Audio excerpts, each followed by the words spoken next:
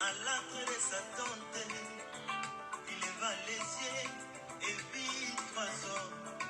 Il courut au-devant d'eux, Abraham se prosterna. Il dit, Seigneur, si j'ai trouvé dans sa désir, mon roi, dépasse-moi, fais-moi, Seigneur, dépasse-moi, fais ton bien-aimé. Bien qu'ils étaient trois, Abraham a vu qu'un seul Seigneur. Bien qu'ils étaient trois, il n'appella qu'un seul Seigneur. Et qui sont les désordres? Qui sont les désordres? Ce sont les ailes du soleil qui amènent Dieu vers son peuple bien-aimé, qui amènent Dieu vers son peuple racheté. Dans la maison d'Abraham, Sarah a eu la promesse. On sait que moi j'appelle l'évangile éternel. On sait que moi j'appelle l'évangile de la grâce. Salut bien-aimés, que Dieu de grâce nous bénisse. Encore un plaisir de partager ce moment avec vous. Le Seigneur nous a fait grâce d'être là, afin de mettre au profit de vous, son peuple, ce bien-aimé, cette petite grâce qu'il nous a faite. Et nous sommes très reconnaissants à notre Dieu pour son choix, afin que nous soyons l'instrument à travers lequel il peut apporter sa pensée à son peuple. Et nous sommes déjà là le jour J. Nous sommes le 30 décembre. Le Seigneur nous a fait grâce d'arriver à ce jour, parce que c'était un programme de 30 jours de prière. Le Seigneur s'est manifesté, s'est glorifié, et nous voilà arrivés au jour J.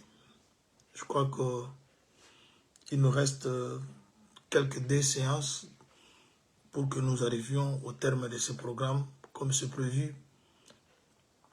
Et l'enseignement également. Nous allons, par la grâce du Seigneur, mettre une virgule sur ces sujets que nous avons abordés pendant des semaines sur la question du salut. Bien-aimés, nous vous souhaitons bienvenue à la table du Seigneur. Nous étions en train de parler sur l'acquisition du salut en nous basant sur 1 Thessaloniciens 4, 5, 9, Ésaïe 26, 20 au 21. Voilà, ces 2 écritures nous ont servi de soubassement tout au long de ces parcours. Alors nous allons déjà, par la grâce du Seigneur, pas terminer l'enseignement parce que l'enseignement continue, mais mettre une virgule par rapport à ce sujet. Dieu peut permettre qu'on revienne sur le même sujet, sur les mêmes écritures, mais avec d'autres dimensions, avec d'autres profondeurs, parce qu'il est celui qui donne la nourriture convenable au temps convenable. Pour ce moment, c'est ce qu'il avait voulu que nous puissions en bénéficier. Chers bien-aimés, je veux que nous puissions lire notre écriture de Hébreux, chapitre 9, parce que là déjà nous sommes en train d'expliquer Ésaïe 26, 20 au verset 21. Ceux qui nous ont suivis depuis toutes ces semaines que nous avons y à intervenir, ils savent au moins comment nous sommes en train d'évoluer par l'aide du Seigneur par rapport à ces sujets. Alors, nous avons toujours dit que l'écriture de Dieu, premièrement, elle est prophétique. Secondement, elle est elle est doctrinale, elle est évangélique, et l'écriture est aussi, prend aussi le volet de la révélation. Alors, dans ce message, le Seigneur avait plus voulu qu'on ne reste pas dans la prophétie, parce que beaucoup de prophéties, on peut connaître ça comme, on peut avoir ça comme une connaissance, mais ça ne s'exécute pas pour nous. Il y a des choses que nous avons comprises dans les Écritures, mais qui ne s'accomplissent pas maintenant, ou qui vont s'accomplir après que nous serons enlevés, mais on n'a que la connaissance. Mais lorsqu'on parle de la doctrine, ainsi que du volet évangélique, ça concerne aussi la vie présente, ce que vous vivez. Voilà pourquoi lorsqu'on enseigne, des fois le Seigneur nous amène dans un volet prophétique pour nous parler de choses qui concernent un peuple comme Israël, mais cependant nous sommes l'Église, mais on a la connaissance concernant les choses qui vont leur arriver, mais ça nous donne aussi de l'instruction par rapport à nous. Et lorsque ça donne l'instruction, ça quitte le volet prophétique, ça prend le volet de la révélation, ou le volet doctrinal, ou si vous voulez, évangélique. Alors, nous étions en train de parler sur la colère, que nous ne sommes pas destinés à la colère, mais plutôt à l'acquisition du salut. Alors, le chapitre 26, le verset 20 au verset 21, nous montre comment faire pour fuir la colère. Dieu prévoit une solution pour qu'on ne soit pas pris ou frappé ou atteint par la colère. Dieu veut qu'on entre dans une chambre et on ferme la porte, on se cache jusqu'à ce que la colère va passer. Et cette écriture, nous avons dit qu'elle parle premièrement, prophétiquement d'Israël. Avant que le fléau, avant que le jugement commence à s'exécuter sur la terre, Dieu va d'abord retirer Israël de l'incrédulité du monde, c'est-à-dire, parce qu'aujourd'hui Israël est parmi les nations commettant les choses contraires à la loi. Alors tu vas envoyer les deux témoins. Les deux témoins vont prêcher Israël. Et lorsqu'Israël va croire au message des deux témoins, ceux qui croiront seront scellés de l'esprit et ils seront mis à part pour qu'ils ne soient pas frappés lorsque la colère de Dieu va se déchaîner. C'est la même chose que Dieu a fait en Égypte. L'Égypte était frappée, Israël était épargné. Alors, cette écriture, ça c'est d'abord le volet qui concerne Israël. Il y a aussi le volet qui parle de la révélation, ça concerne l'Église. Dieu, avant qu'il exerce sa colère sur la terre, il doit retirer son Église de la terre. Voilà pourquoi nous entendons tous l'enlèvement. Ça sera aussi une manière de Dieu de nous mettre à l'abri.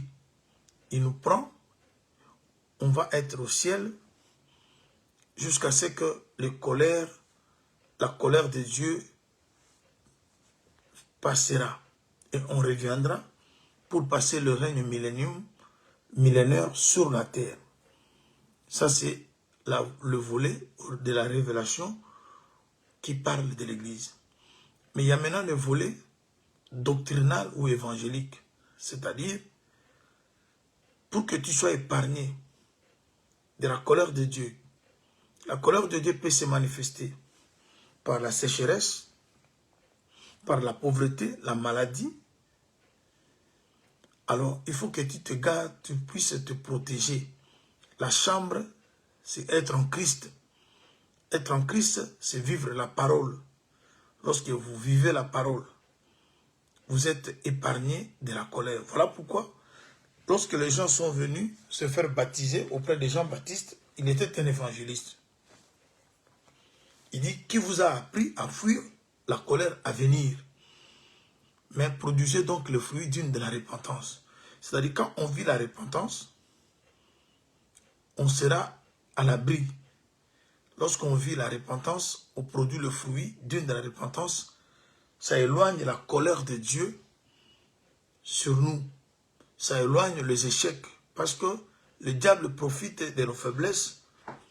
Parce que le péché sépare l'homme d'avec Dieu. Voilà un peu dans ce sens-là que les choses ont été dites. Alors, on a plus insisté sur le volet évangélique et doctrinal. Parce que c'est le message que Dieu veut transmettre à son peuple. Sans oublier qu'il y a le volet prophétique, le volet de la révélation, qui parle d'un peuple israélite, de l'Église. Maintenant, nous prenons le volet évangélique et doctrinal pour parler d'un individu. C'est-à-dire, Dieu peut te faire grâce si tu vis sa parole. Tu peux vivre dans un coin où beaucoup de personnes sont châtiées, mais à cause de la crainte de Dieu, à cause du respect de la parole, à cause de l'application de la vie que tu mènes conformément à la parole du Seigneur, cela t'apporte la sécurité, cela amène sur toi l'assurance, le soutien, ainsi de suite. Alors, chers bien-aimés, alors nous étions arrivés au point d'expliquer ce qu'est la chambre. Parce qu'il faut entrer dans une chambre pour se cacher.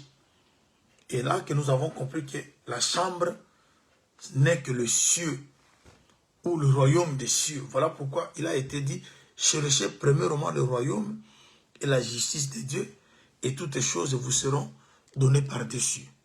On cherche le royaume et la justice par la conversion, par la repentance, par une bonne conduite, par le respect de la parole de Dieu. Lorsqu'on vit la parole, lorsqu'on craint Dieu, c'est ça, chercher le royaume. Et quand vous cherchez le royaume comme ça, qu'est-ce qui va se passer? Toutes les choses, c'est-à-dire le souci que nous avons du siècle présent, les problèmes que nous avons, vont être résolus parce que nous sommes à l'abri. Alors, nous avons parlé de beaucoup de choses par la grâce du Seigneur. On ne saura pas se répéter. Alors, il nous reste quelques points à expliquer pour mettre une virgule par rapport à ce sujet.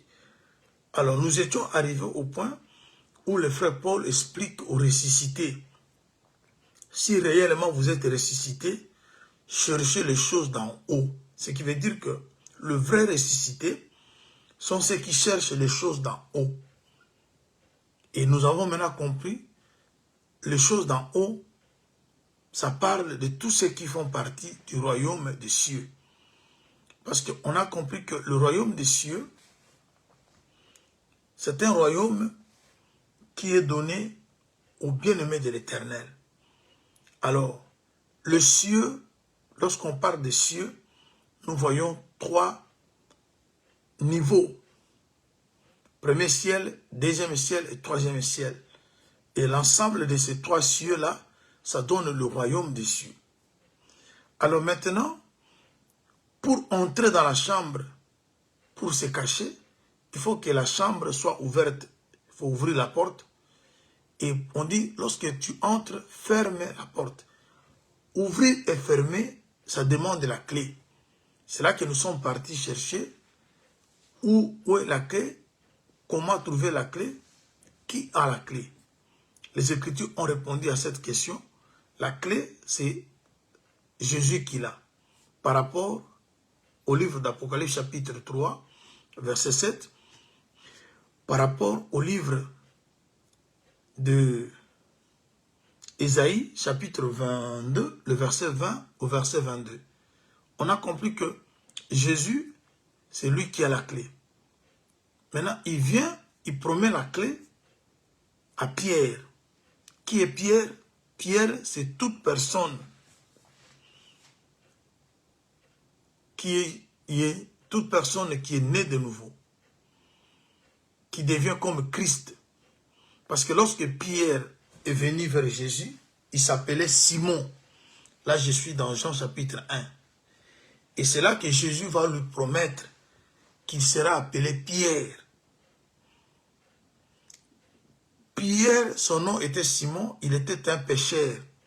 Jésus lui a promis 2 choses. il lui a promis le nom de Pierre, il lui a également promis, il fera de lui pêcheur d'hommes. C'est-à-dire, il passe de pêcheur de poissons au pêcheur d'hommes. C'était une promesse. Alors, pour la première fois que Simon puisse être appelé Pierre dans le présent, c'était le jour où il répondait à la question posée par Jésus concernant ce qu'était Jésus. Lorsqu'il a dit que tu es le Fils de Dieu, c'est là que Jésus va dire, tu es heureux, tu es Pierre, parce que ce que tu m'as donné comme réponse ne vient pas de la chair ni du sang, mais c'est mon Père qui t'a révélé. C'est-à-dire, quand vous n'êtes plus charnel, et quand vous êtes spirituel, vous devenez spirituel, et que vous avez la révélation que le Père donne, vous devenez Pierre. Alors, c'est là qu'il va maintenant promettre à Simon, qui est devenu Pierre, je te donnerai les clés du royaume des cieux. Il ne lui a pas donné les clés, mais il lui a promis. Pourquoi? Parce que les clés qu'il devait donner à Pierre, c'était plutôt l'œuvre de la croix. Aussi longtemps que Jésus n'était pas mort, ces clés n'étaient pas encore données. Mais dès lors que Jésus est mort, les clés promises à Simon étaient données à Simon. Les clés sont le pouvoir. Alors nous avons compris que tout enfant de Dieu qui devient une pierre, on devient pierre parce que la maison qui est l'église, elle est construite de pierres. Alors il faut que chacun de nous devienne une pierre pour qu'on puisse la placer sur la construction. Voilà pourquoi cette question, la réponse que Simon avait donnée à Jésus, c'est la réponse de tout enfant de Dieu. Et la promesse que le Seigneur Jésus avait faite à Simon, c'est une promesse qui est faite à tout celui qui devient nouvelle créature. Lorsque vous devenez nouvelle créature, lorsque vous devenez comme Jésus, parce que Jésus, c'est lui la pierre angulaire. Alors lorsqu'on devient pierre comme Jésus, parce que l'objectif, c'est ça. Selon Romains chapitre 8, verset 28 au verset 29, 30, Dieu veut que nous devenions comme son premier fils. Alors le premier fils, c'est Jésus. Il est parfait. Lorsqu'on devient comme Jésus, directement, les clés qui sont les clés de Jésus nous sont également données. Alors maintenant, on ouvre les portes. Je vous ai dit pourquoi lui, Jésus, dans Ésaïe comme dans Apocalypse, on le voit avec une clé. Mais comment lui va promettre plusieurs clés? Et on a compris que les plusieurs clés ne sont que 3 clés. Pourquoi 3? Parce que le royaume des cieux a 3 portes. Il y a la porte du parvis, la porte du lieu saint et la porte du lieu très saint. Au fur et à mesure, on avance vers l'objectif, on doit franchir 3 portes. Alors il faut que vous soyez capable d'ouvrir toutes ces portes. Voilà pourquoi il a parlé des clés. C'est ainsi qu'on a compris maintenant que lorsqu'on est ressuscité, on doit chercher les choses d'en haut. Les choses d'en haut sont tout ce qu'on va trouver dans notre passage du parvis au lieu très saint. Voilà pourquoi on a parlé de l'autel des holocaustes comme le premier élément qu'on trouve déjà dans le lieu appelé parvis. On a également trouvé la cuve de rein et on doit traverser la porte, une autre porte qui nous amène dans la table et le chandelier. Il faut encore franchir une autre porte pour arriver maintenant là où il y a l'arche de l'alliance, afin de voir la manne cachée, la verge d'Aaron, et c'est ce que nous allons devoir parler maintenant pour enfin mettre une virgule par rapport à notre enseignement. J'ai essayé un peu de résumer tout ce qu'on a parlé, mais du moins, les vidéos sont déjà là sur YouTube, sur Facebook, et les audios sur notre groupe WhatsApp. Vous pouvez suivre tout ça pour savoir un peu plus. Alors, chers bien-aimés, nous voulons terminer mettre une virgule par rapport à ce sujet. Dieu ne t'a pas appelé à la colère, mais à l'acquisition du salut. Alors, comment? Le salut, c'est quoi? Les salis, c'est l'ensemble de tout ce que Dieu peut faire pour le bien-être de l'homme. Dans les salis, il y a le pardon. Dans les salis, il y a la consolation. Il y a la guérison de l'âme comme de l'esprit. Dieu ne nous donne pas simplement les choses spirituelles, il nous donne aussi le matériel. Parce que Dieu a promis à l'Église de donner à l'Église la vie éternelle. Et au siècle présent, il a promis au centuple. On a vu également avec Jacob lorsqu'il bénissait, Isaac lorsqu'il bénissait Jacob, il lui a béni, il lui a promis la rosée du ciel et la graisse de la terre. C'est-à-dire, nous suivons un Dieu qui ne donne pas simplement le ciel, il nous donne aussi une victoire sur cette terre. Mais en une seule condition, que nous puissions tout quitter pour le suivre. Parce que la question était comme ça. Nous avons tout quitté, nous t'avons suivi. Alors, lorsqu'on ne quitte pas, alors ça pose un problème. Il faut tout quitter pour suivre le Seigneur. Et c'est ainsi que le Seigneur va prendre soin de toi sur cette vie, ainsi que la vie la vie à venir. Et maintenant, chers bien-aimés, nous sommes au livre de l'Épître aux Hébreux, chapitre 9. Nous lisons le verset 6 au verset 8.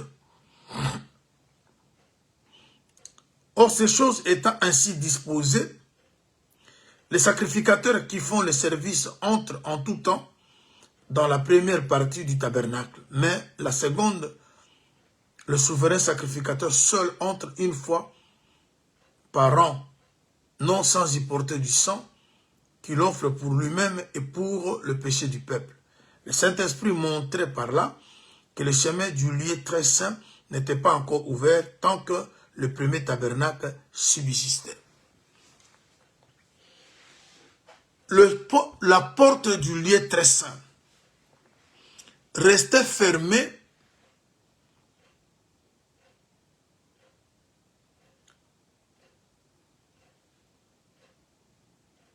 tant que le premier tabernacle subsistait. Aujourd'hui, prophétiquement par là, cette porte était ouverte à la croix de Jésus. Maintenant, évangéliquement ou doctrinement par là, cette porte continue à être fermée, même si la croix a déjà eu lieu, mais la porte reste toujours fermée pour des personnes qui n'ont pas tué, détruit le premier tabernacle. Parce que le premier tabernacle parle aussi de l'ancienne vie, parle aussi de tout ce qui est charnel, de tout ce qui est terrestre. Aussi longtemps, on ne détruit pas le charnel, on ne domine pas sur la chair, on ne fait pas passer l'ancienne vie. La porte vers la solution, parce que cette porte du lieu très saint, c'est là où se cache tout ce que nous désirons recevoir de Dieu. On parle de la manne cachée, on parle de la verge d'Aaron, on parle de table de commandement. Alors, c'est là maintenant le problème. Maintenant, qu'est-ce qu'on remarque? On nous parle que les sacrificateurs au pluriel, ils accédaient jusque dans le lieu appelé lieu saint. Mais seul le souverain sacrificateur qui pouvait aller de l'autre côté où on appelle le lieu très saint. C'est là où nous étions arrivés à expliquer, chers bien-aimés. Aujourd'hui, les sacrificateurs parlent de deux groupes de personnes. Lorsque nous parlons de sacrificateurs, premièrement, ça parle de personnes appelées ministres, ceux qui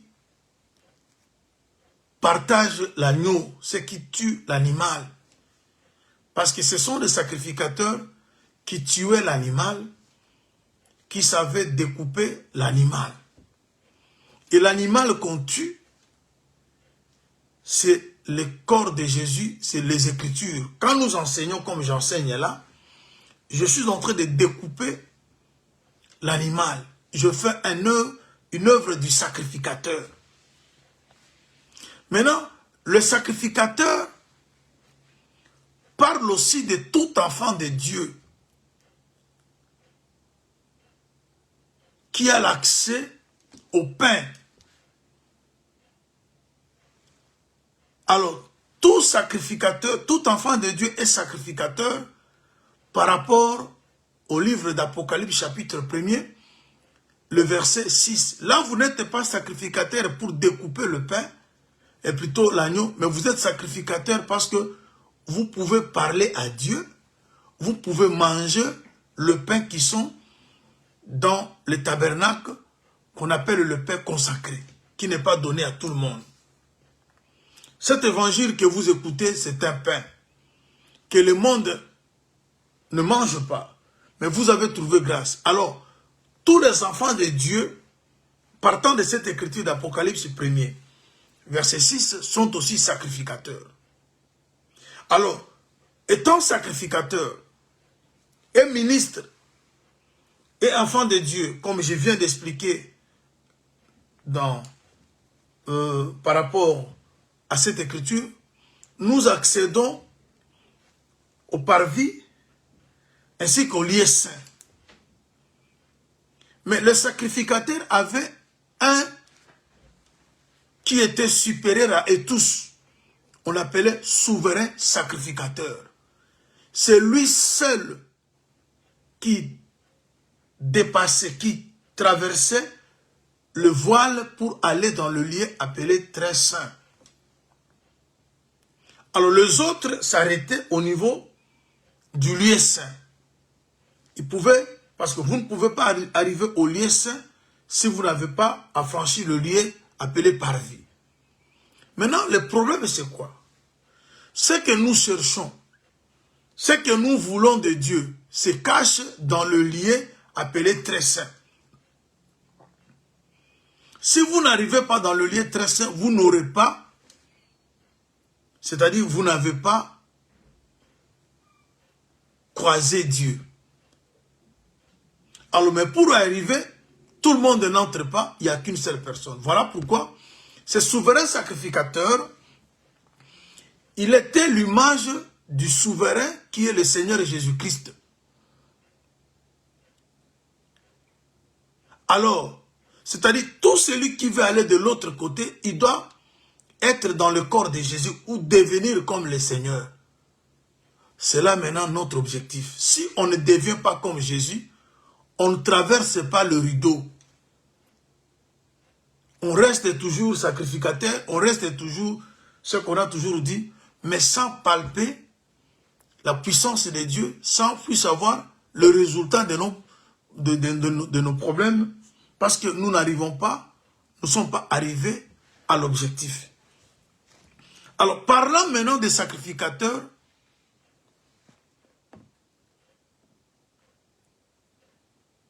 qui peuvent arriver jusque dans le lieu saint, ça nous a amené à expliquer le problème de Samuel ainsi que des fils d'Élie. Élie, le sacrificateur, il avait ses deux enfants, Ophni et Phiné, qui étaient sacrificateurs. Mais on dit que ces sacrificateurs ne connaissaient point l'Éternel. Ils servaient, mais sans connaître l'Éternel. On nous a montré qu'est-ce qui démontrait qu'ils ne connaissaient pas l'Éternel. La parole de Dieu nous a fait savoir ce qu'a été leur comportement. Ils prenaient l'offrande, c'est-à-dire lorsqu'on amenait un animal pour le sacrifice, avant que l'animal soit mis au feu pour que Dieu puisse retirer sa part et venait reprendre cette viande crue. Il refusait que la viande soit mise au feu. Mais il préférait que la viande reste crue. Il prenait comme... Même on leur disait que non, laissez d'abord mettre la viande au feu. Lorsque la viande sera cuite et que la graisse s'est fondue, Dieu a pris sa part, vous allez prendre. Il dit non, et si vous refusez, nous prenons par force. C'est là où nous sommes maintenant. Chers bien-aimés, parce que nous sommes arrivés de chuter avec cet enseignement, et il est très important que nous puissions retenir et comprendre les détails qui sont cachés dans ce que le Seigneur est en train de nous parler. Alors, en dehors de prendre la viande par force, il prenait aussi, il couchait avec les femmes qui venaient devant la porte de la tente d'assignation. Les gens qui venaient chercher Dieu, alors, et sacrificateur prenait ces femmes-là, abusaient, couchaient avec ces femmes-là.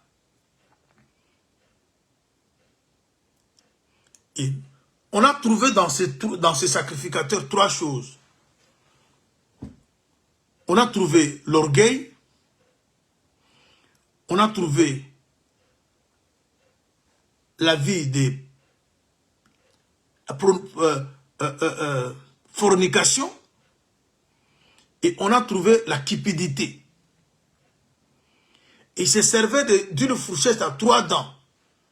Oh, la fourchette à 3 dents était là dans le parvis pour la raison d'aider les sacrificateurs à tourner la viande. Lorsque vous mettez votre viande sur le feu, il faut tourner pour que tous les deux côtés soient cuits.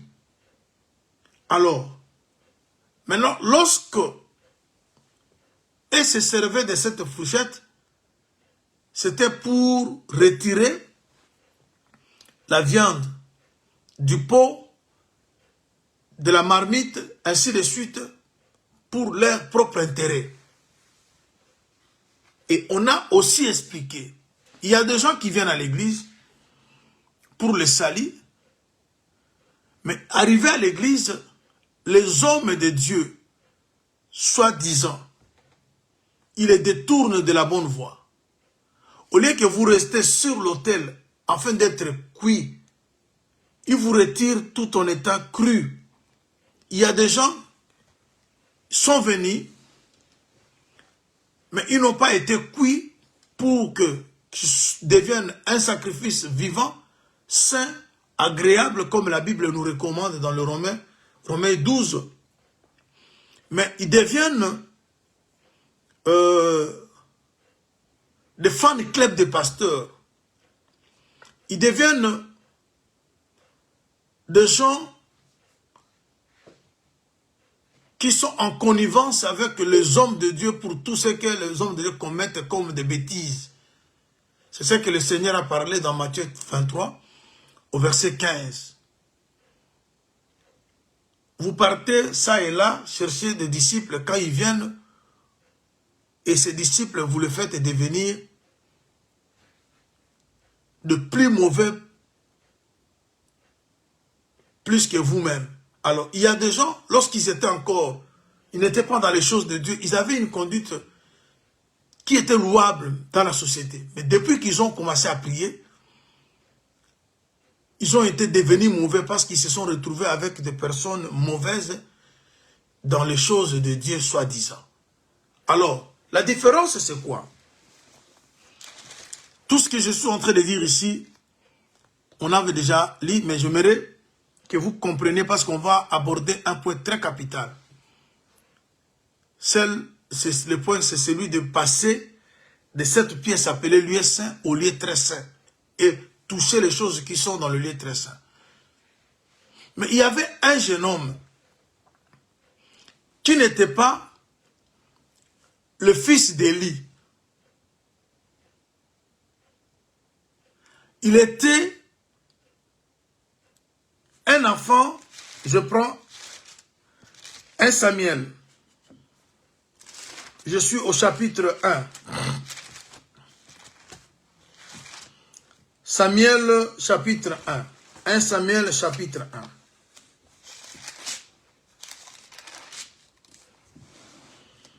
Il y avait un homme de Rama, de Ramtaim, Tsophim, de la montagne d'Éphraïm, nommé Elkana, fils de Jéroam, de Elium, fils de Tobi, de Tohu, fils de Tchouf, Éphraïsien.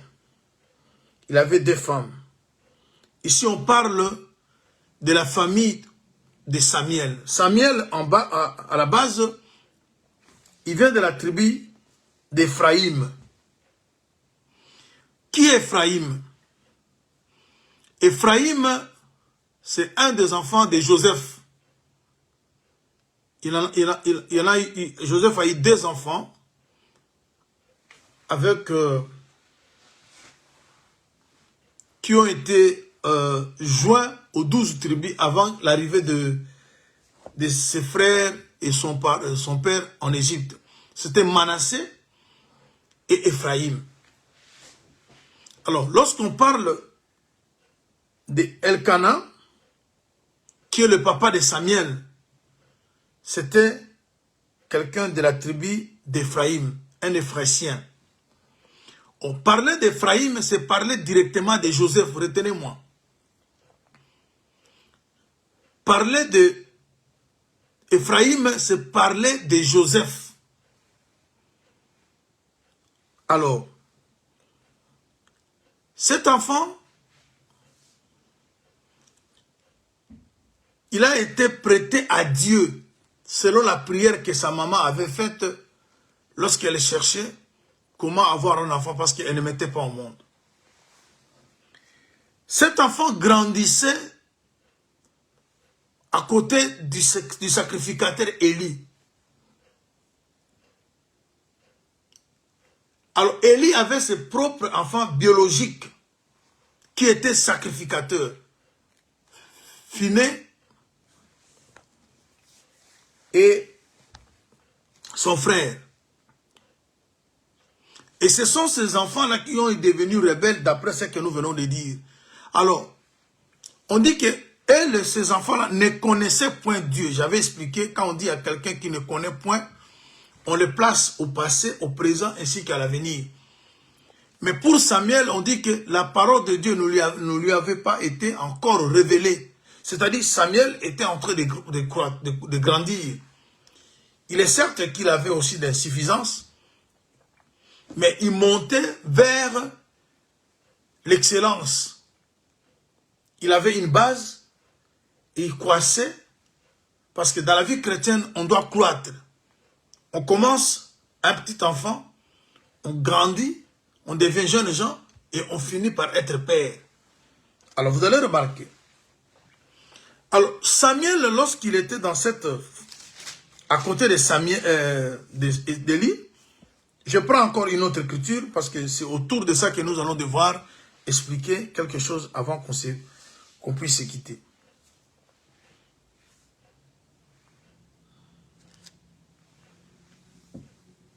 Chapitre 2, le verset 18. Samuel faisait le service devant l'Éternel. Et cet enfant était revêtu d'un éphod de lin. Sa mère lui faisait chaque année une petite robe et la lui portait en montant avec son mari pour offrir les sacrifices annuels. On retrouve que Samuel était serviteur à côté d'Élie. Les enfants d'Élie étaient aussi serviteurs à côté d'Élie. On a eu 2 sortes de serviteurs. Les 2 groupes, un groupe, c'est le groupe de serviteurs, de sacrificateurs qui ne connaissaient point Dieu. Et de l'autre côté, on a un jeune homme qui sert Dieu, mais qui doit croître. Et la différence est que ce jeune homme ne servait pas Dieu nu. Il servait Dieu tout en étant vêtu. Parce que sa maman lui confectionnait une robe de fin lin chaque année. Cet enfant avait une robe pour toute une année.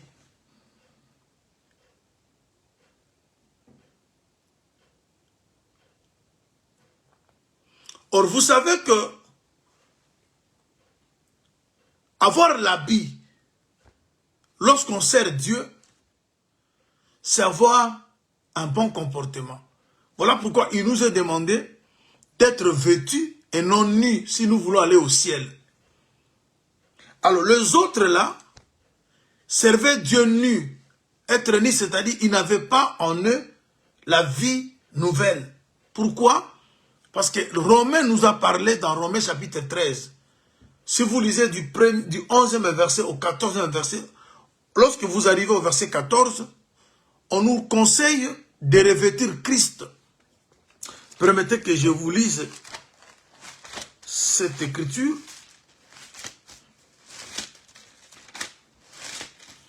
Romains chapitre 13, je suis au verset 11 au 14e. Cela importe d'autant plus que vous savez en quel temps nous sommes. C'est l'heure de vous réveiller enfin du sommeil, car maintenant le salut est plus près de nous que lors nous avons cru. La nuit est avancée, le jour approche. Dépouillons-nous donc des œuvres des ténèbres et revêtons les armes de la lumière. Marchons honnêtement, comme en plein jour, loin des orgies et des ivrogneries, de la luxure, de la débauche, des querelles et des jalousies. Mais revêtez-vous du Seigneur Jésus-Christ. N'ayez pas soin de la chair pour en satisfaire les convoitises. C'est-à-dire, Jésus-Christ, c'est tout un habit. Quand quelqu'un dit qu'il a porté Jésus, c'est quelqu'un qui a dominé la chair. C'est ce que l'apôtre dit. Mais revêtez-vous du Seigneur Jésus-Christ et n'ayez pas soin de la chair. Lorsqu'on porte Christ, c'est-à-dire on crucifie la chair. On crucifie la chair avec ses désirs. On domine tout ce qui est contraire à la parole de Dieu. C'est ça être vêtu. Et l'habit qu'on porte, ce n'est pas un habit matériel, ce n'est pas un habit physique, c'est plutôt la vie du Seigneur. Alors, lorsqu'on apporte à Samuel, chaque année, on lui apporte une robe pendant que lui était dans le service, c'est-à-dire ses parents étant éphraïmites, c'est-à-dire, parce que vous savez, lorsque vous lisez le livre de Genèse, Joseph, lorsqu'il a reçu ses frères, il a donné à ses frères le vêtement de rechange. C'est-à-dire, avec Joseph, on a le vêtement de rechange. Regardez, lorsque ses frères sont arrivés, il a donné à ses bien-aimés le vêtement de rechange. Oh, Ephraïm, c'est Joseph. Alors, on apporte, ils savent que vous ne pouvez pas servir Dieu sans que vous ayez un vêtement. On apporte maintenant à cet enfant chaque année une robe. C'est-à-dire, vous savez que nous parlons de l'année de la grâce. Cette année de la grâce commence à la croix et prendra fin à l'enlèvement. Mais pendant cette période, nous avons deux catégories de personnes qui servent Dieu. Il y a ceux qui servent Dieu nus pendant toute l'année de la grâce. Et il y a ceux qui servent Dieu tout en étant vêtus. Et les vêtus sont ceux qui sont représentés par Samuel. Les nus sont tous ces gens que vous voyez avec des grands noms. Ils cherchent toujours la gloire. Ils veulent toujours qu'on parle d'eux. S'ils sont quelque part, ils veulent toujours qu'on reconnaisse que ce sont eux qui sont grands, qui sont meilleurs. Même dans les assemblées des saints, il y a des ministres qui ne reconnaissent pas les autres.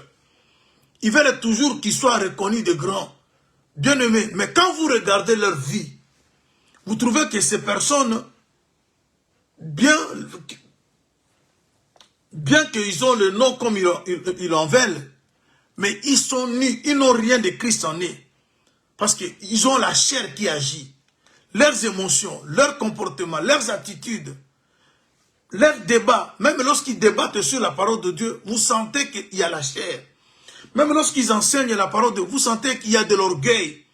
Alors, ce sont des personnes, des sacrificateurs, mais qui prennent la part de Dieu. Bien aimé, le Seigneur Jésus, lorsqu'il est venu, il s'est effacé. Il était Dieu. Il nous a dit, ayez en vous les sentiments qui étaient en Jésus-Christ. Là, je suis dans le livre de Philippiens, au chapitre 2. Lorsque vous commencez à partir du verset 5, vous remontez. On dit, ayez en vous les sentiments qui étaient en Jésus-Christ. Parce que c'est Jésus qui doit traverser, comme souverain sacrificateur, les voiles. Alors, si vous ne devenez pas comme Jésus, vous ne traversez pas. Vous restez que sacrificateur qui ne connaît point Dieu. Alors, ayez en vous les sentiments qui étaient en Jésus-Christ, existant en forme de Dieu, mais il n'a pas cherché à être égal à Dieu. Il s'est effacé, il s'est humilié, il s'est dépouillé, jusqu'à accepter la mort de la croix. Alors, tout celui qui est vraiment, qui a revêtu le Seigneur, on doit voir en lui le Seigneur, dans sa manière de faire des choses, dans l'amour qu'il dégage, dans la compréhension, dans l'humilité. Sinon, on sera sacrificateur comme les enfants d'Élie. Alors, voilà maintenant ce qui va se passer. On est devant le voile, la dernière porte qui nous conduit au lieu très saint où il y a tout ce que nous cherchons. Mais pour passer cette porte, il faut être souverain sacrificateur. Il faut aussi que vous soyez, même si vous êtes souverain sacrificateur, il faut que vous soyez accompagné du sang. Sans le sang, vous ne pouvez pas passer. Or, le sang, on peut l'avoir qu'au parvis. C'est-à-dire, les gens qui pensent que les choses élémentaires de la foi ne comptent plus. On n'est que dans des révélations. On n'est que dans les histoires de profondeur. Bien-aimés, sans le sang, les souverains sacrificateurs ne passent pas. Or, le sang, le souverain sacrificateur l'a eu au parvis.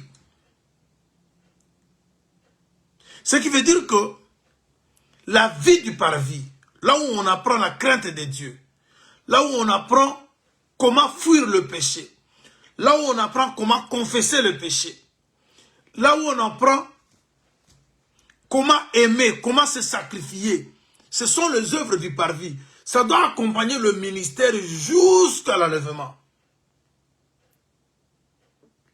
Vous ne pouvez pas être un ministre humble parce que vous cherchez que l'église soit remplie. Vous êtes au faible commencement. Vous savez l'importance des fidèles. Vous savez l'importance des frères et sœurs. Quand l'église devient, je parle de l'église locale, lorsqu'on a une foule de gens, vous n'avez plus besoin de ces gens-là. Pour vous, vous regardez le nom que vous portez, comment vous êtes connu. Mais non. L'amour que vous avez au début là, sur les fidèles, même si l'église devient une église de 1 million de personnes, tu dois garder le même amour. Parce que, bien aimé, c'est le sang, l'œuvre du parvis. Si tu n'as pas le sang, quel que soit ton rang, tu ne passes pas. Le sacrifice, l'amour que tu as exprimé au parvis, les choses que tu as prises au parvis, doit continuer avec toi. Bien que vous ajoutez, mais on ne doit pas retrancher. Parce que lorsque vous êtes dans une maison en étage, il y a un fondement. Mais lorsque vous arrivez à un niveau, 58e niveau, et que vous dites que bon, maintenant là nous sommes au 58e niveau, on n'a plus besoin de fondement. Lorsque vous arrachez le fondement, toute la maison s'écroule. Alors voilà pourquoi vous voyez aujourd'hui beaucoup des hommes de Dieu sont tombés parce qu'ils pensent qu'ils pourront être, ils sont au-dessus, mais parce qu'ils ont négligé le soubassement, les choses qui ont fait qu'ils puissent arriver là où ils sont.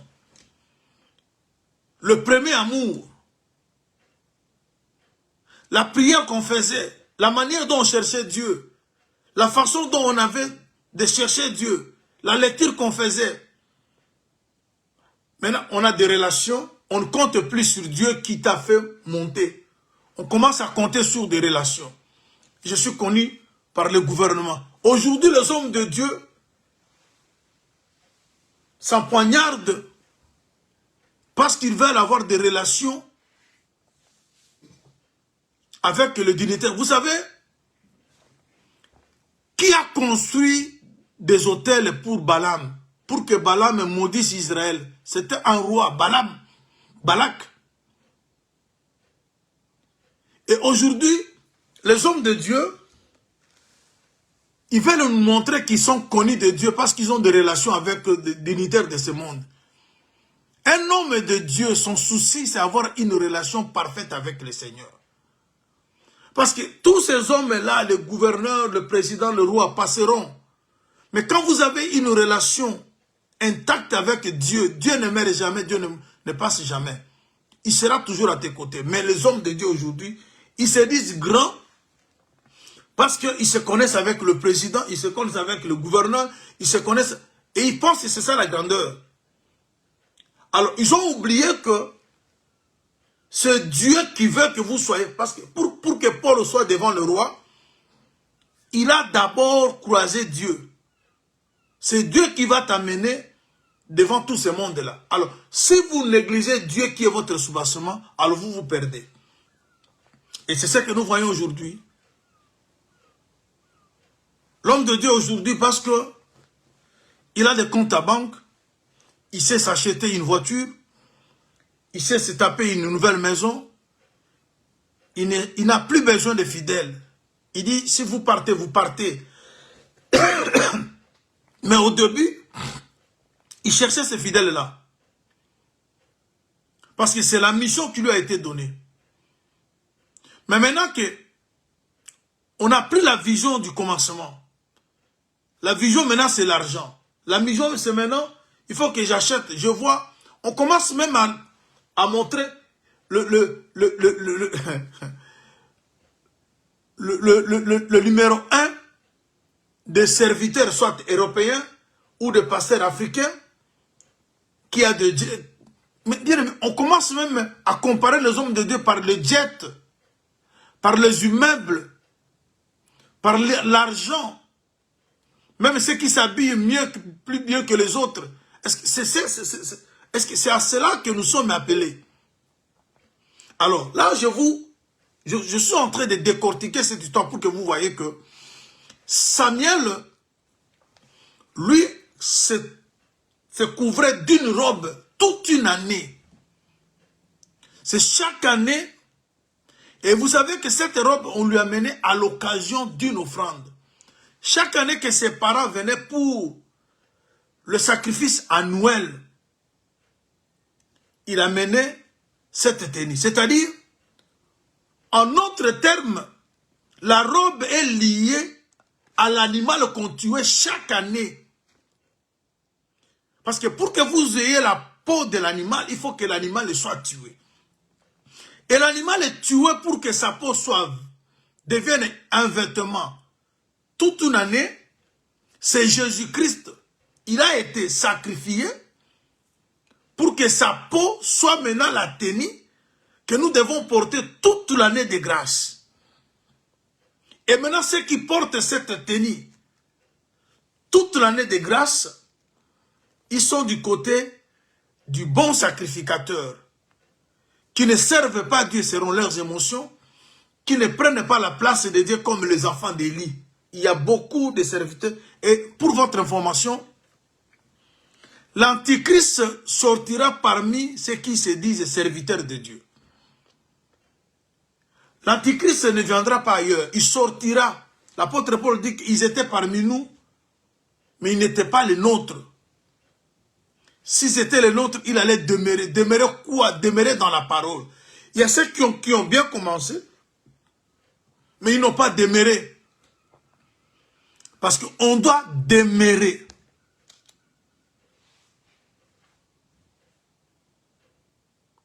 On doit demeurer. Alors regardez maintenant, je vous amène à voir une chose.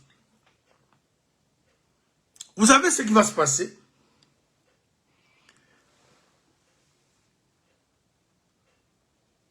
Nous sommes dans 1 Samuel, chapitre 3.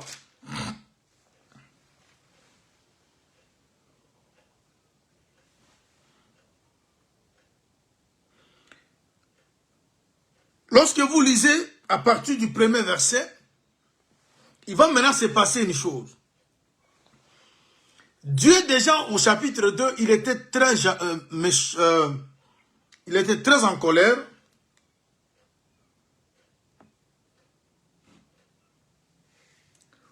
Pour le comportement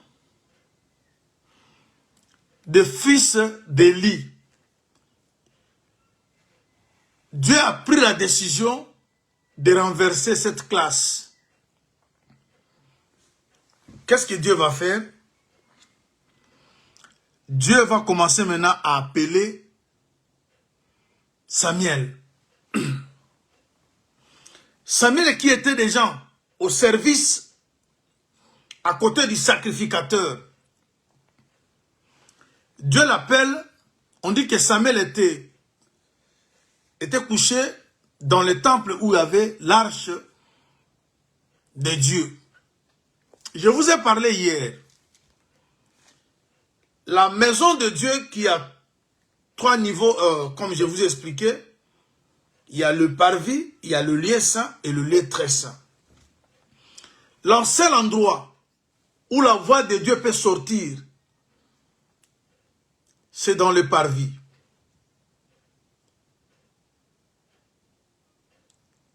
Et plutôt, qu'est-ce que j'ai dit? C'est dans le lieu très saint.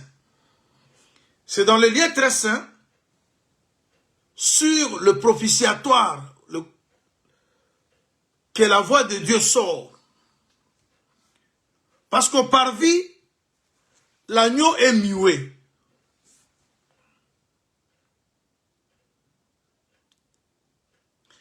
Au lieu saint,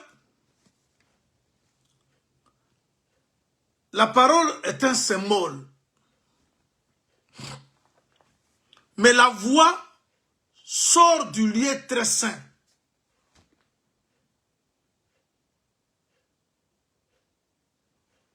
Alors quand Dieu appelle Samuel, cette voix-là ne venait pas du parvis. Cette voix-là ne venait pas non plus du lieu saint. Cette voix venait du lieu très saint.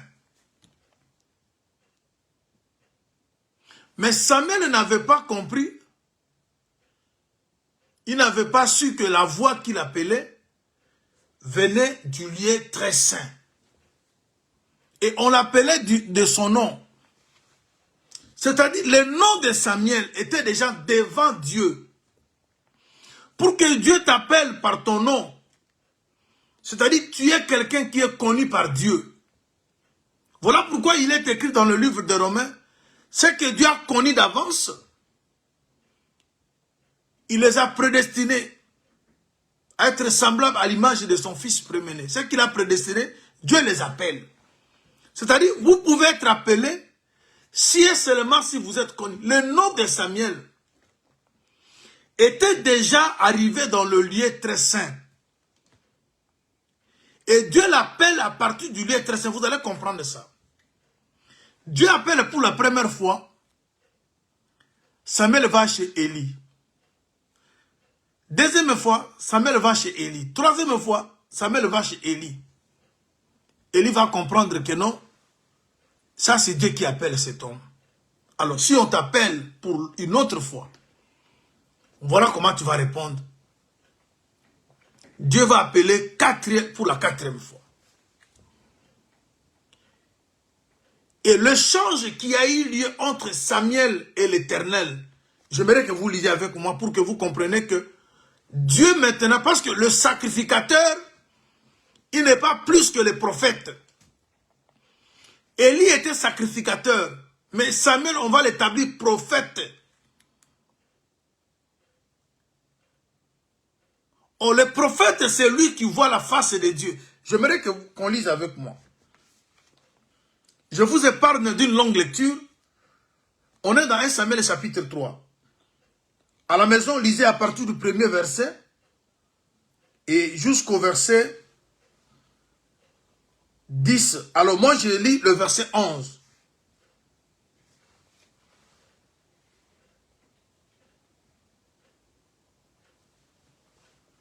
Donc, lisons d'abord le verset 10. 1 Samuel 3, 10. L'Éternel vint, il se présenta et appela comme les autres fois. Samuel, Samuel. Et Samuel répondit, parle, car ton serviteur écoute.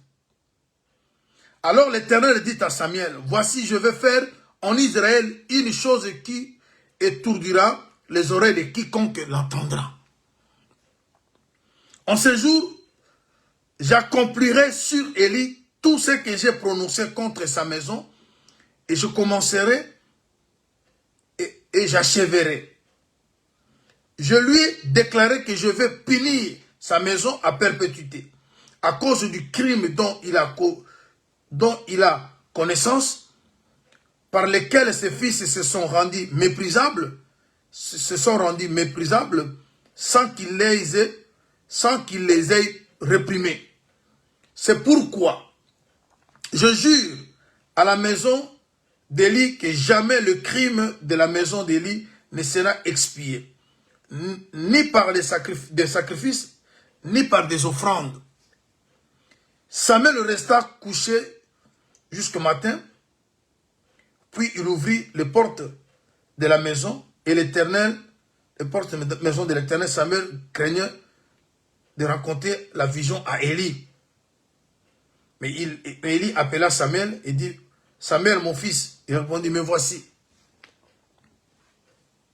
Élie dit, quelle est la parole que t'a adressée l'Éternel?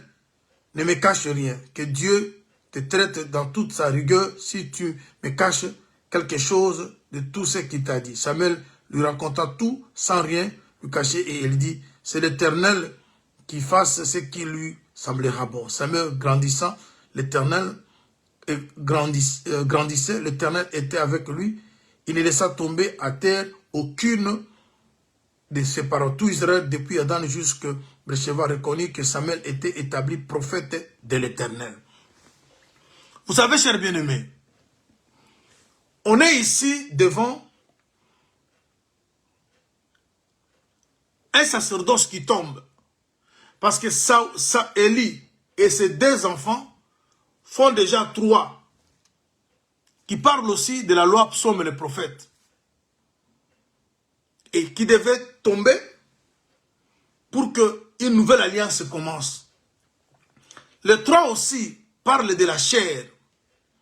Mais ce que je veux que vous reteniez,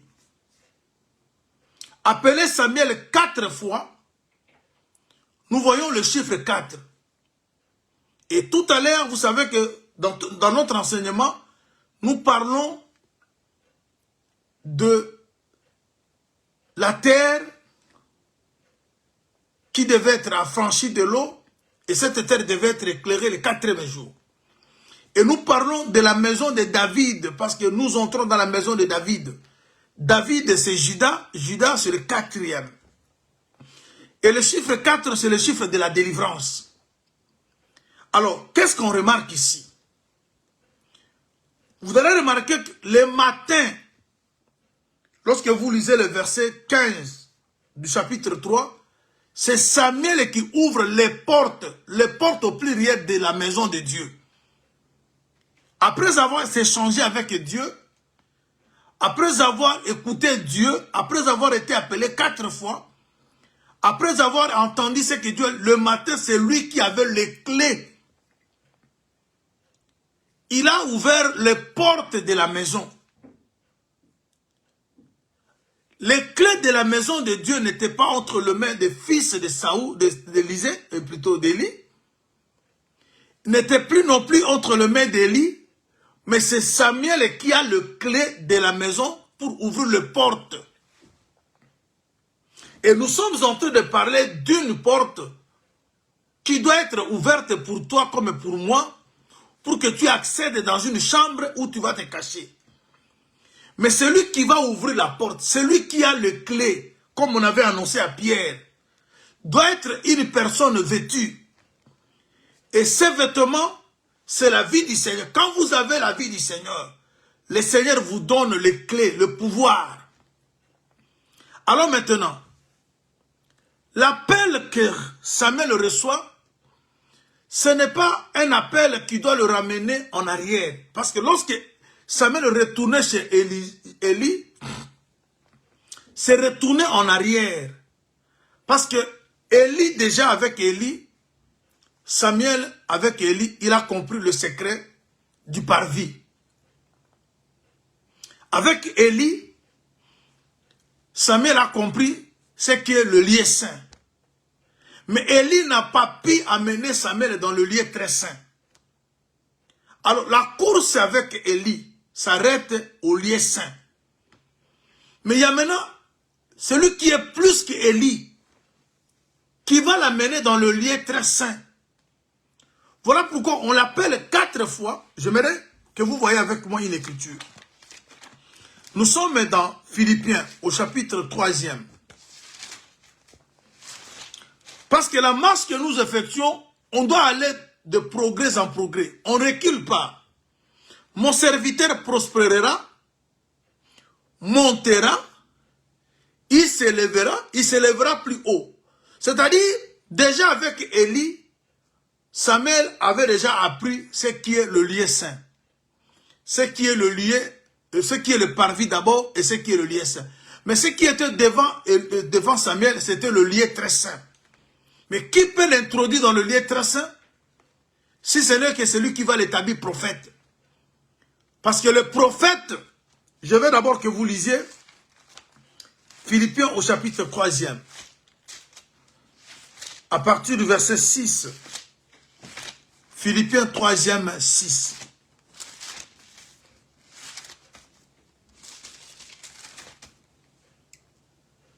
Philippiens 3e,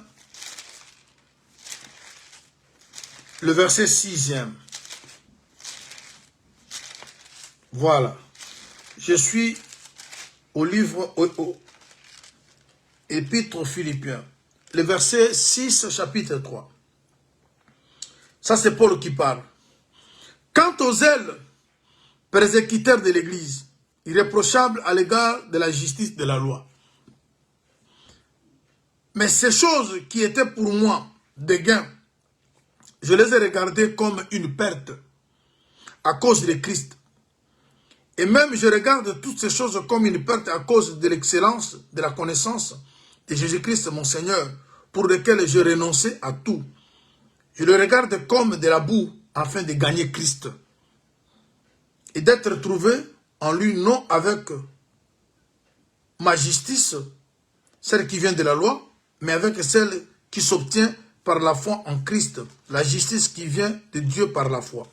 Ainsi je connaîtrai Christ et la puissance de sa résurrection et la communion de ses souffrances en devenant conforme à lui dans sa mort pour parvenir, si je puis, à la résurrection d'entre les morts. Ce n'est pas que j'ai déjà remporté le prix ou j'ai déjà atteint la perfection, mais je cours pour tâcher de le saisir, puisque moi aussi j'ai été saisi par Jésus-Christ. Frère, je ne pense pas l'avoir saisi, mais je fais une chose, oubliant ce qui est en arrière et me portant vers ce qui est en avant, je cours vers le but pour remporter le prix de la vocation céleste de Dieu en Jésus-Christ. Vous voyez? C'est-à-dire, l'apôtre Paul explique que ce qu'il avait vu, ce qu'il avait comme, ce qu'il était pour lui comme des gains, c'était l'ancienne alliance. Parce que tout ce que l'apôtre Paul faisait, il le faisait par rapport à l'enseignement de l'ancienne, parce qu'il était un pharisien. Un pharisien, c'est qui, d'après Matthieu 23, les pharisiens, ce sont ceux qui sont assis dans la chair de Moïse, c'est-à-dire ceux qui soutiennent l'enseignement de Moïse. Et il était là, il dit qu'il avait la justice de la loi.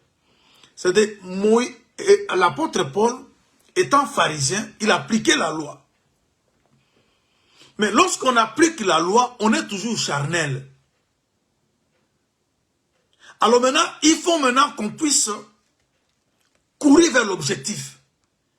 Alors lorsqu'on appelle Samuel, lui retourne vers Élie. 3 premières fois, il s'est retourné vers Élie. Mais la 4e fois, il ne s'est pas retourné vers Élie. C'est-à-dire quoi? Au moment où nous sommes, nous devons quitter la loi vers la grâce. Parce que la loi, c'est la lettre. La loi nous bloque. Dans la loi, on a trouvé la malédiction. Voilà pourquoi Christ était venu nous libérer de la malédiction de la loi. Et beaucoup de gens aujourd'hui, ils servent le diable parce qu'ils sont attachés à la lettre. Et parce que le diable lui-même, il utilise la lettre. Voilà pourquoi on avait dit sur le malin. Le malin, il est celui qui retranche ou celui qui ajoute. Retrancher quoi? Retrancher et ajouter le du malin, c'est par rapport à l'interprétation. Le diable n'ajoute pas l'écriture. Il prend toujours l'écriture que vous lisez, mais il ajoute sa pensée quant à l'interprétation. Et sa pensée peut être, il va expoler, soit il va en retrancher. Alors, voilà pourquoi, nous qui sommes maintenant, Samuel, nous sommes vêtus d'une robe, on ne recule plus vers Élie. Non, nous devons aller vers le lieu tracé, parce que la voix qui nous appelle, ça ne vient pas d'Élie. Élie étant sacrificateur, il est le symbole de la tribu de Lévi. Alors, nous sommes appelés par celui qui est devant. Voilà pourquoi, chers bien-aimés, nous devons aller vers l'objectif. Alors maintenant, qu'est-ce qui va se passer? Paul va dire que je fais tout pour oublier ce qui est en arrière. Et je me focalise vers ce qui est devant. Qu'est-ce qui est devant? Ce qui est devant, c'est le lieu très saint. C'est la perfection. Bien-aimé, la sainteté, on a parlé de la sainteté avant ta naissance. Moïse, les prophètes, ils étaient saints. Mais la perfection, personne n'a été parfait. On ne cherche pas simplement la sainteté. On en a déjà. Mais ce qui nous reste, c'est la perfection. Oh, la perfection est liée à l'amour. Chose que Moïse et les autres n'ont pas enseigné. Alors l'amour est devant nous. Lorsqu'on a l'amour, on a tout ça. Alors l'homme qui nous appelle, je vais vous dire une chose. Nous sommes dans 2 Corinthiens, au chapitre 3, le verset 5. On nous dit ceci.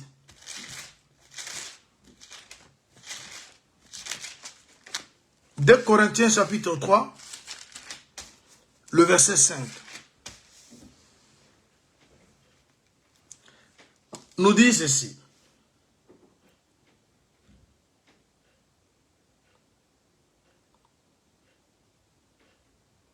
Le verset 15. 2 Corinthiens 3, 15. Jusqu'à ce jour, quand on lit Moïse, un voile est jeté sur le cœur. Mais lorsque les cœurs se convertissent au Seigneur, le voile est ôté. Or, le Seigneur est esprit, et là où l'esprit du Seigneur, c'est là où il y a la liberté. Nous tous, donc, le visage découvert reflète la gloire du Seigneur. Nous sommes transformés en la même image, de gloire en gloire, par le Saint et l'Esprit du Seigneur. Vous voyez? Parce que je vous avais parlé hier, il y avait le voile. Ce qui séparait le lieu saint avec le lieu très saint, c'était le voile.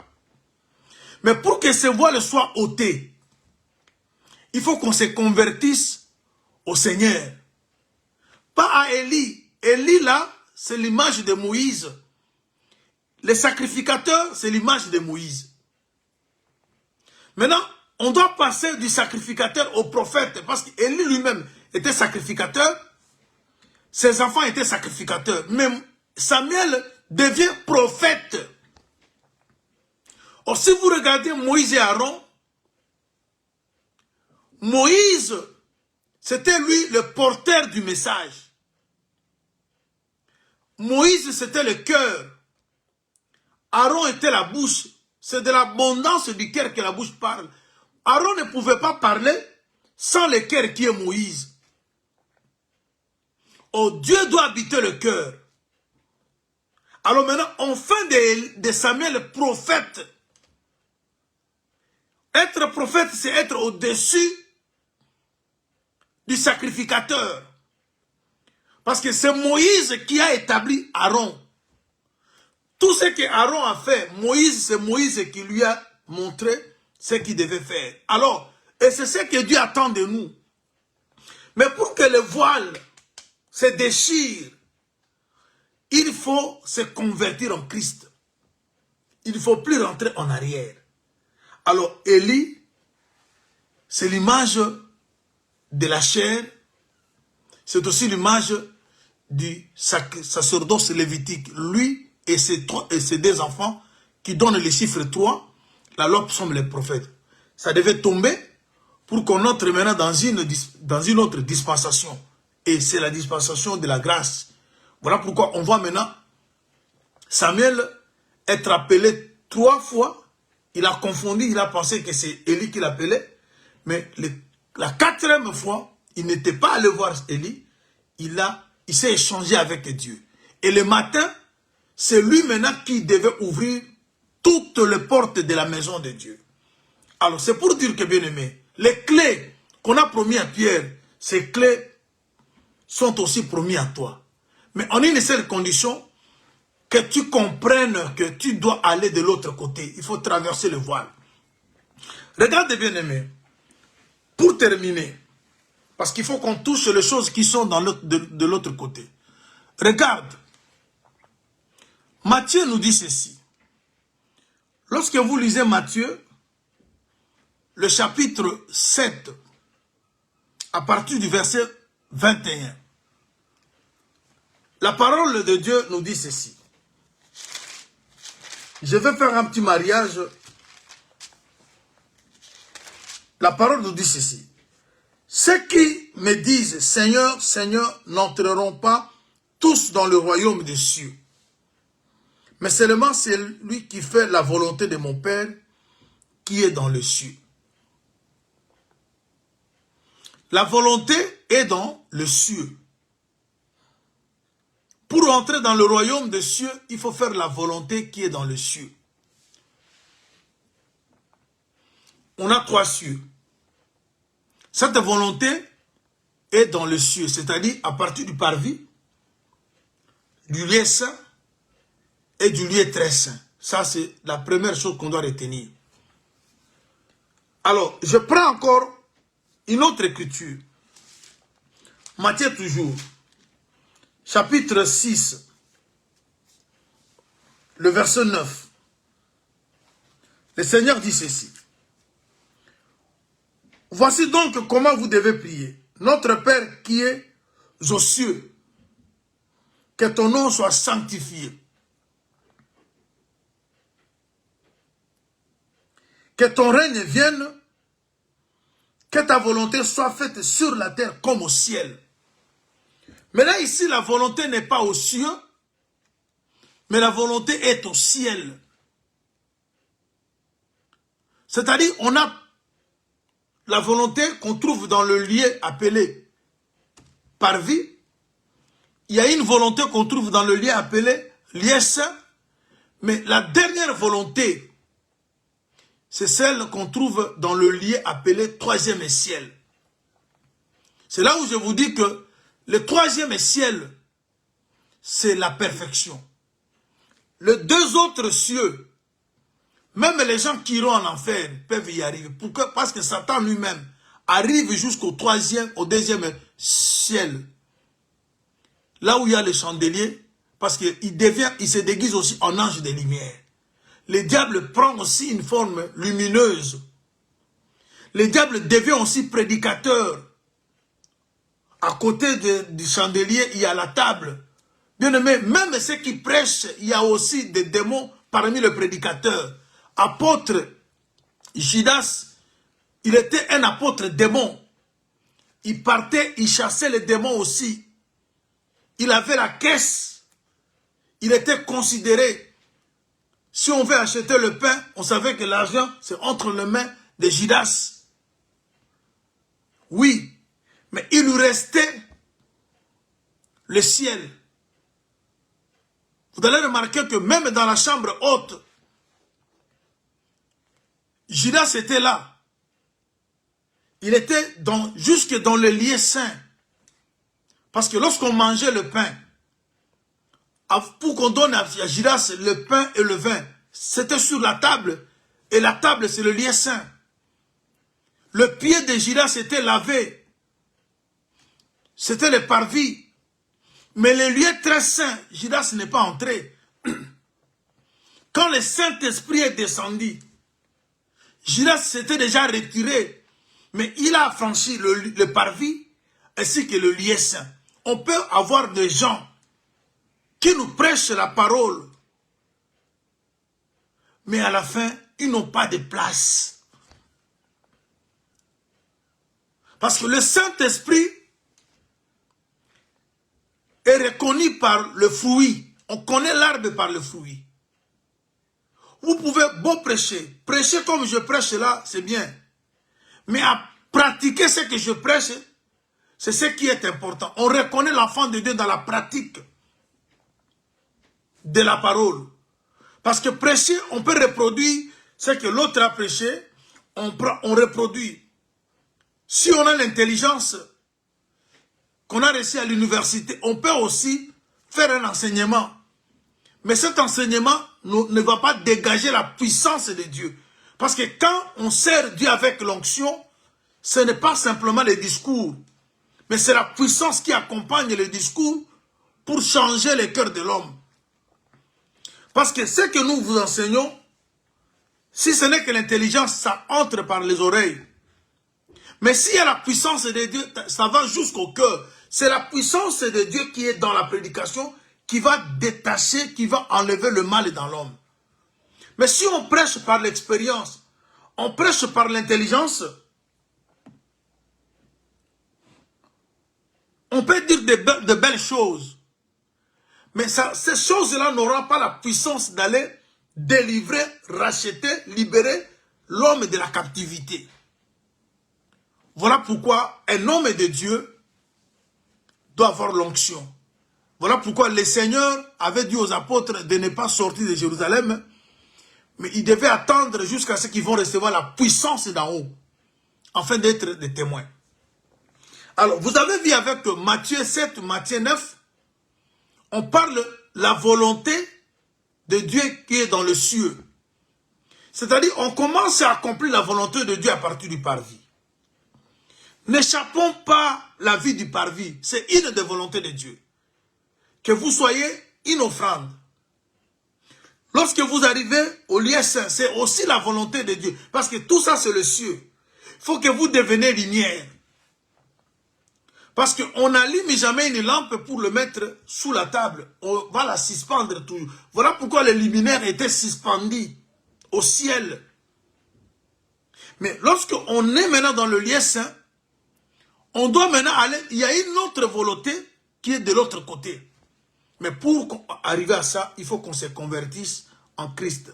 C'est là que le voile va s'ouvrir et on passe maintenant pour le lieu saint. Mais une chose, il y avait aussi l'autel des parfums. Cet autel de parfums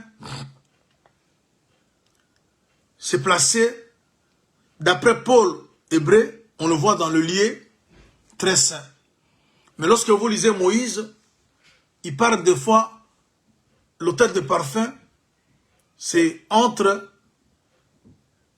le lieu saint au lieu très saint. L'auteur de parfum, c'est la prière. C'est très important. Pourquoi le parfum? Parce que Dieu a toujours, il adore, il exauce la bonne odeur. Voilà pourquoi l'apôtre Paul, il nous parle dans 2 Corinthiens chapitre 2, verset 6, 16, que nous avons l'odeur, les autres ont l'odeur, les uns ont l'odeur de la vie, les autres ont l'odeur de la mort. Alors, vous qui priez, nous sommes en prière, bientôt nous allons terminer notre programme de prière. Dieu ne va pas t'exaucer parce que tu as crié. Ta prière, c'est aussi du parfum. Tu donnes, tu dégages quelle odeur? Voilà pourquoi il a été dit, quand vous priez, et que vous vous rappelez que vous avez un problème avec quelqu'un, ou quelqu'un a un problème avec toi, ne donne pas l'offrande, va régler. C'est-à-dire, quand on est devant Dieu dans une prière, il faut que Dieu sente une bonne odeur. Et l'odeur du parfum, on le trouve juste entre ces deux rideaux-là, ces deux pièces. Parce qu'il faut que Dieu t'exauce. Mais tu donnes quelle odeur? Voilà pourquoi nous partons gênés, nous partons dans la prière, mais nous avons des problèmes. On ne règle jamais les problèmes. Comme l'habitude de beaucoup de gens, lorsqu'on est au mois de décembre, c'est là où on fait semblant de régler. Moi, je ne vais pas terminer l'année avec des conflits. Les gens règlent le problème au mois de décembre. Et lorsque vous arrivez au mois de février, mars, ils deviennent indifférents. Leur mauvais comportement revient. Le mauvais comportement revient, le mauvais caractère revient. Ils attendent encore l'autre décembre. Un jour, il n'y aura pas de décembre dans ta vie. Est-ce que tu m'écoutes? Un jour, il n'y aura pas de décembre dans ta vie. Le Seigneur peut te prendre au mois de juin, au mois de juillet. Toi qui as toujours attendu décembre pour régler, pour remettre l'ordre dans ta vie, pour chercher à pardonner, à te réconcilier, un jour, tu n'auras pas de décembre dans ta vie.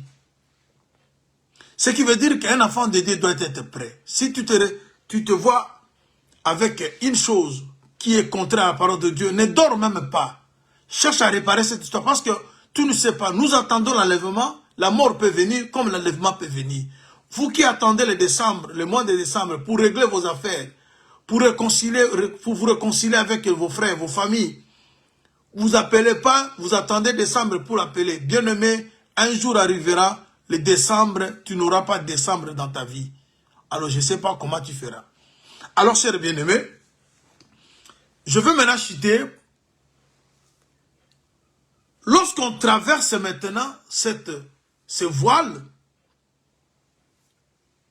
on trouve dans l'arche un vase d'or. Et ce vase a trois choses. Manne cachée, table de commandement, et puis la verge d'Aaron qui a fleuri.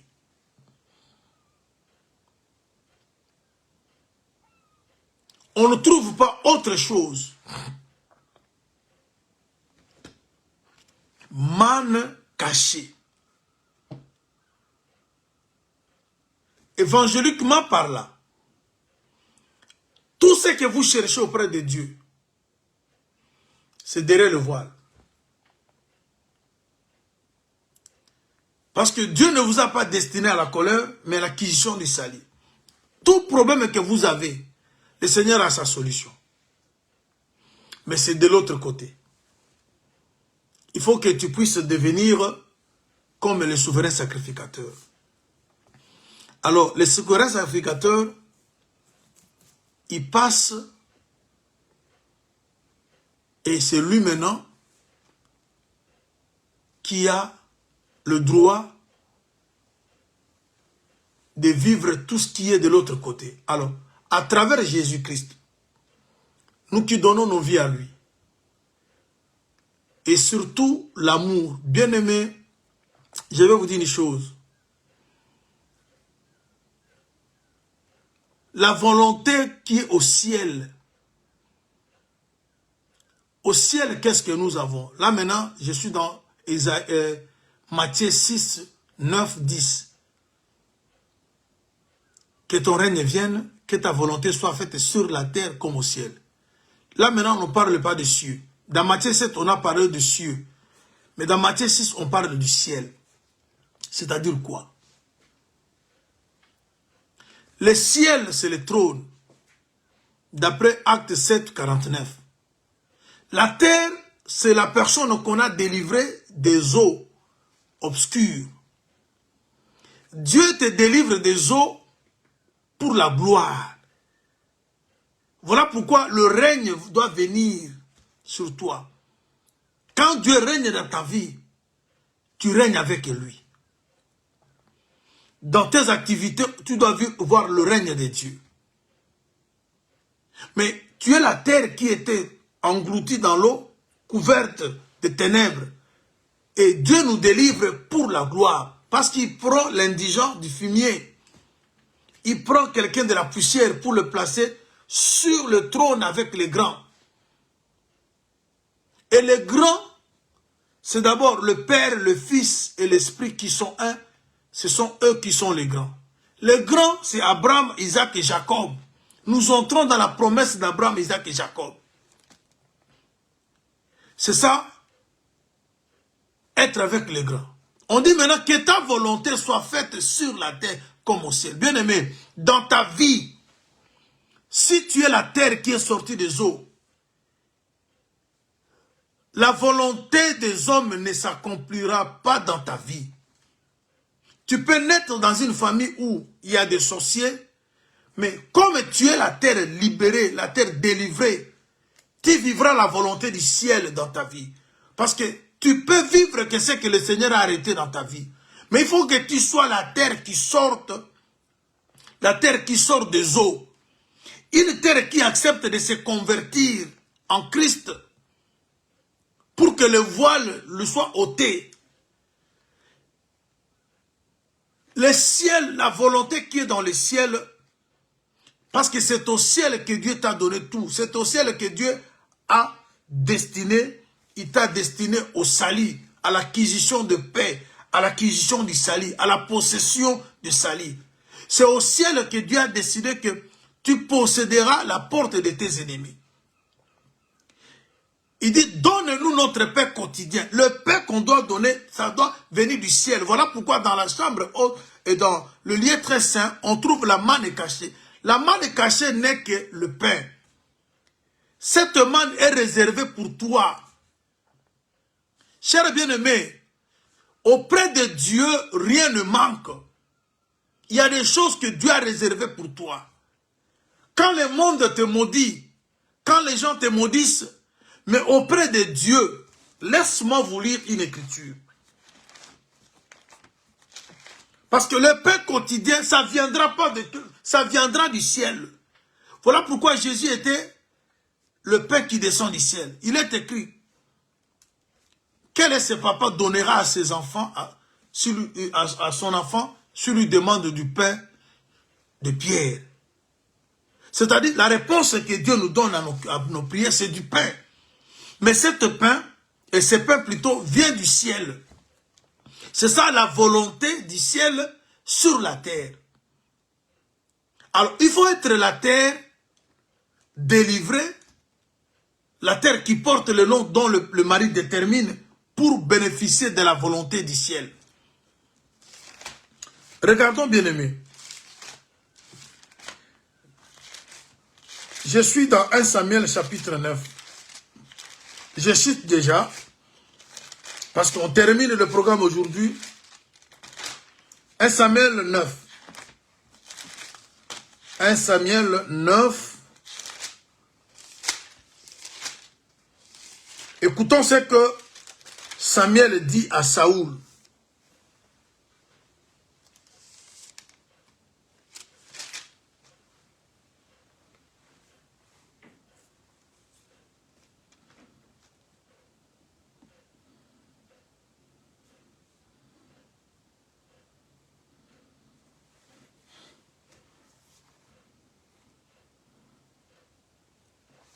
Je suis au verset 14. Ils montèrent à la ville.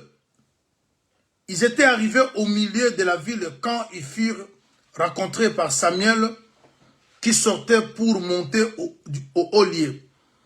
Or, un jour avant arrivée de Saoul, l'Éternel avait averti Samuel en disant, « Demain à cette heure, je t'enverrai un homme du pays de Benjamin et tu le rendras pour chef de mon peuple d'Israël.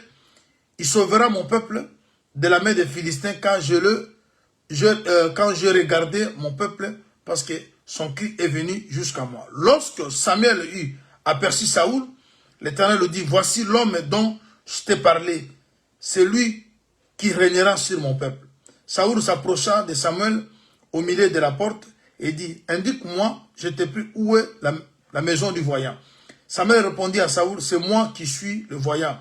Monte devant moi au haut lieu et vous mangerez aujourd'hui avec moi. Je te laisserai partir demain. Et je te dirai tout ce qui se passe dans ton cœur. Ne t'inquiète pas des ânesses que tu as perdues il y a 3 jours, car elles sont retrouvées. Et c'est pour qui est réservé tout ce qu'il y a de précieux en Israël. Ce n'est pas pour toi et pour toute la maison de ton père. » Saoul répondit, « Ne suis-je pas benjamite et l'une des plus petites tribus d'Israël, ainsi de suite. » Ouais. Il se passe une chose. Saoul, il est à la recherche des ânesses de son père. Mais Dieu a un autre plan pour Saoul. Il cherche dans 3 villes, il ne trouve pas. Il arrive à la 4e ville, il rencontre un homme de Dieu, Samuel. Samuel dont nous parlons, qui était habillé d'une robe dont sa maman l'avait confectionnée. Mais ce que je veux que vous compreniez, Saoul sortait chercher les ânesses. Il n'avait pas autre occupation. Son inquiétude, c'était les ânesses. Mais le ciel avait décidé autre chose. C'était la royauté. Samuel s'est échangé un jour avant avec l'Éternel au sujet de Saoul. Lui arrive pour les ânesses, mais Dieu a un autre projet pour lui. Les ânesses sont retrouvées, mais au-dessus des ânesses, on donne à Saoul la royauté. Cher bien-aimé, et il dit que quelque chose a été réservé pour toi. Je vais parler de la réserve. Quand Dieu avait voulu qu'on prenne la manne, qu'on puisse conserver, parce qu'il savait qu'un peuple aura besoin de cette manne. Pendant que nous tourmentons, nous nous dérangeons, Dieu avait déjà tout arrangé pour nous. Le ciel a toutes les solutions, a toutes les réponses avant même que vous commencez à prier. Il est écrit avant que vous ouvriez vos bouches pour demander, Dieu avait déjà exaucé. Je te dis mon frère, je te dis ma soeur, au ciel il y a une volonté. Qu'aucune personne de ta famille peut changer. Ton mari qui n'aime pas que tu pries, ta femme sorcière, ton mari sorcier, les enfants sorciers, les parents sorciers ne peuvent pas changer cette volonté qui est au ciel. Cette volonté va s'accomplir dans ta vie. Mais simplement, sors des eaux. Quitte l'obscurité. Sois éclairé. Accepte la lumière. Change de position. Cette volonté qui est au ciel sera accomplie dans ta vie. Saoul arrive, mais Dieu avait déjà arrangé des choses pour son élévation. Il arrive le dernier. Il trouve déjà 30 personnes déjà conviées dans la salle. On les prend, on les met à la tête des conviés. Oui, le Seigneur est capable de prendre celui qui est dernier, de le faire premier. Le Seigneur peut te prendre, toi qui es la quai, de te faire la tête. C'est pour cela, bien-aimé, rien n'est impossible à Dieu. Tout ce que nous avons comme souci, tout ce que nous avons comme problème, Le Seigneur a toutes les solutions au ciel. Mais l'autre problème, c'est quoi? C'est de devenir la terre. L'épouse. La terre sera appelée épouse. Lorsque la terre devient épouse, les désirs de la femme se porteront vers son mari. Si le ciel devient ton époux et que toi tu deviens l'épouse du ciel, la volonté du ciel sera sur ta vie. Bien-aimé, il n'y a rien qui fatigue Dieu. Il n'y a aucun problème qui reste irrésolu. Dans la réserve de Dieu, il y a le pain, la manne cachée. Dans la réserve de Dieu, il y a la verge qui a fleuri. Vous savez, la verge qui a fleuri, c'est la résurrection. Ce morceau de bois est revenu à la vie. Bien-aimé, le Seigneur ressuscite. Et la vie et l'âme ainsi que les activités.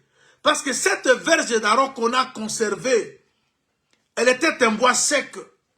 Mais lorsqu'on l'a placée devant la face de l'Éternel, Moïse revient le matin, cette verge, ce morceau de bois a fleuri, a donné des fruits.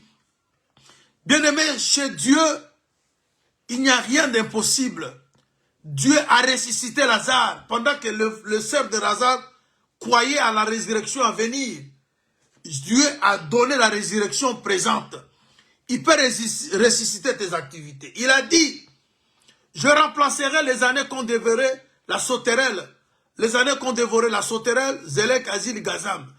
Il est un Dieu de restitution. Il suffit que vous convertissez, que vos cœurs se convertissent à Christ. Le rideau là, le voile là va être ouvert. Tu vas passer. Bien aimé, il suffit que vous deveniez comme le souverain sacrificateur. Vous partirez voir la gloire de Dieu. Il suffit que vous donnez une bonne odeur. L'odeur du parfum. Bien aimé, ta prière sera exaucée. Le Seigneur fera que la volonté du ciel s'accomplisse. Et je termine parce que le Seigneur a évoqué 3 choses dans la prière de notre Père. Donne-nous le pain quotidien, que la volonté qui est au ciel se fasse sur la terre. Et il a également parlé, ne nous livre pas à la tentation, délivre-nous du malin. Car le monde entier est sous la puissance du malin. Alors, nous devons être délivrés de la puissance du malin. Il a vaincu le monde, nous aussi nous vaincrons le monde. Mais en condition que nous soyons Samuel qui est vêtu de la robe d'une année. Bien-aimés, manifestons la vie de la sanctification. Ça nous donne la garantie. Le diable ne saura pas vous accuser. Les sorciers de vos familles ne s'approcheront pas de vous. Ils vous feront la guerre, mais ils ne vous vaincront pas. Parce que vous avez porté les armes de la lumière. Vous avez porté Christ. Alors, ayons l'amour. L'arme efficace, c'est l'amour. N'haïssez pas. La Bible dit, ne maudissez pas, mais bénissez. Détruisons la haine. Ayons l'amour. Et on nous parle, dans cette chambre, il y avait le table de commandement. Vous savez que le table de commandement, il y en avait 2. Et quand vous lisez le commandement, il y a 6 commandements qui montrent comment on doit aimer son prochain. Il y a 4 commandements qui montrent comment on doit aimer Dieu. Et quand Jésus arrive, on lui pose la question, quel est le plus grand commandement? Jésus va résumer les 10 commandements en 2 commandements. Aimer Dieu et aimer le prochain. C'est-à-dire, traverser le voile, c'est avoir l'amour. L'amour, c'est l'accomplissement de toute la parole. Ayons l'amour, parce que l'amour, c'est le lien de la perfection. Dans nos familles biologiques, ayons de l'amour. Celui qui réunit sa famille est pire qu'un infidèle. Dans l'assemblée où vous priez, ayez de l'amour. L'amour, bien-aimé, ne finit pas. La connaissance s'arrête au niveau du lieu saint. Mais l'amour continue. Voilà pourquoi le sang traverse tout. Parce que le sang, c'est l'expression de l'amour. Quand Dieu a aimé le monde, il a donné son Fils. Voilà pourquoi le sang traverse tout le tabernacle du parvis au lieu très saint. L'amour doit traverser toutes les pièces. Quand vous avez l'amour, vous avez Dieu, car Dieu est amour. Celui qui n'aime pas n'a pas connu Dieu. Et l'amour, c'est le lien de la perfection, dit le frère Paul dans le livre des Philippiens. Chers bien-aimés, nous sommes arrivés au point de mettre une virgule à cet enseignement. On a prié Dieu, on continue à prier Dieu. Et sois rassuré que Dieu ne t'a pas destiné à la souffrance, mais à l'acquisition du salut. Alors le salut, c'est tout un processus.